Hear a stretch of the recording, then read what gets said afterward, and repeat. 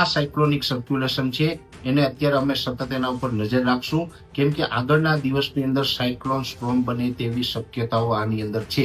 1 થી 2 દિવસની અંદર લગભગ પરમ દિવસે અથવા તો કાલના વિડીયોની અંદર આપણે એની માહિતી આપશું કે આ સાયક્લોન બનશે કે શું થશે.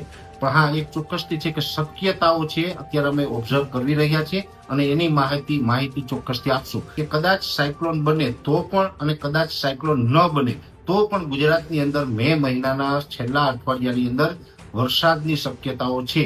હવે તૈયારી રાખવાની છે. 22 તારીખ સુધીમાં ગુજરાતના ખેડૂતોએ તમામ કામ છે એ આટોપી લેવાના, સાચવી લેવાના, જેમાં આપણે અલગ અલગ જે કઈ ઉનાળુ પાક હોય, લાંબા ગાળાના પાક હોય, જે પણ કહેવાય ને કે એક સિસ્ટમ બની છે.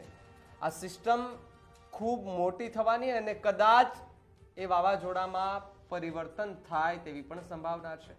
કારણ કે બંગાળની ખાડી અને અરબી સમુદ્રમાં ચોમાસા પહેલા અને ચોમાસા બાદ સામાન્ય રીતે વાવાઝોડા સર્જાતા હોય છે. વર્ષ 2023માં પણ અરબી સમુદ્રમાં ચોમાસું શરૂ થયું એ પહેલા જ બિપરજોય નામનું વાવાઝોડું સર્જાયું હતું અને તે કચ્છના દરિયા કિનારે ત્રાટક્યું. તો આ વખતે ગુજરાત પર કોઈ વાવાઝોડું ત્રાટકશે કે નહીં તે અંગેની હવામાન વિભાગ અને હવામાન નિષ્ણાંત અંબાલાલ પટેલની આગાહી સામે આવી છે. જતા સિસ્ટમની તીવ્રતા અંગે અપડેટ જોવા મળશે. અરબ સાગરમાં બનેલી